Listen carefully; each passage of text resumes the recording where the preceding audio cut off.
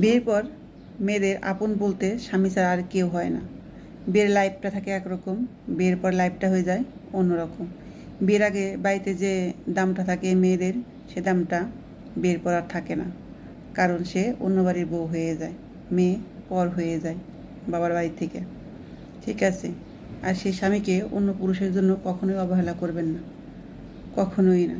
স্বামী রাগ করলেও ঝগড়া করলেও দিন শেষে রাতে আপনার কাছে ঠিকই আসবে, বুকে টেনে নেবে, ভালোবাসবে, যতই সে রাগ করুক না কেন। রাগের মাথায় আপনিও চেতে তার সাথে কথা বলবেন না, মুখে মুখে তর্ক করবেন না। এই স্বামী নামক জিনিসটা যদি জীবন থেকে হারিয়ে যায় বুঝবেন অসহায়তা কাকে বলে। বাবার বাড়িতে যা 10 দিনও থাকতে পারবেন না, সবার ব্যবহারে বুঝতে পারবেন যে আপনি এখন কতটা অসহায় স্বামী ছাড়া। ঠিক আছে? তাই বলছি, সময় থাকতে স্বামীকে ভালোবাসুন, যত্নে রাখুন এবং নিজের মতো করে গড়ে তুলুন। হাসি মুখে কথা বলুন।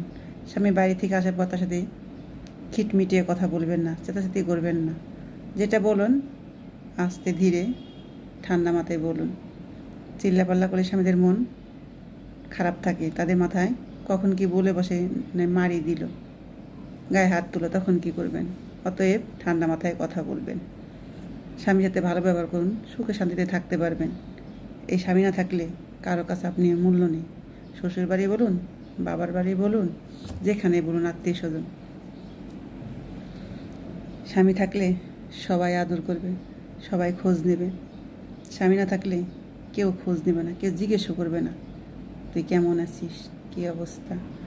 এবং ভাই বোন বলেন, যাই বলুন না কেন, যত আত্মীয় স্বজন আছে, কেউ পাত্তা দেবে না এই স্বামী নামক ছায়াটা যদি আপনার মাথা থেকে সরে যায়। ঠিক আছে? আপনি সব জায়গায় মূল্য পাবেন এই মানুষটার জন্য, সবার ভালোবাসা পাবেন এই স্বামী নামক মানুষটার জন্য। অর্থাৎ তাকে ভালোবেসে আগলে রাখুন। কারো জন্য, কারো প্রতি আসক্ত হয়ে স্বামীকে অবহেলা করবেন না, কারণ সেই ভালোবাসা বেশি দিন টিকবে না। এই স্বামীর ভালোবাসাটা সারা জীবন থাকবে, বন্ধুত্ব কয়দিন থাকবে না। তাহাদের চাহিদা মিটে গেলে ঠিক ফেলে চলে যাবে। কিন্তু এই স্বামী নামক জিনিসটা যতই খারাপ কথা বলেন, যতই খারাপ আচরণ করেন, ছেড়ে যাবে না। অতএব সময় থাকতে আসল মানুষটাকে যত্ন করে ভালোবেসে পাশে রাখুন।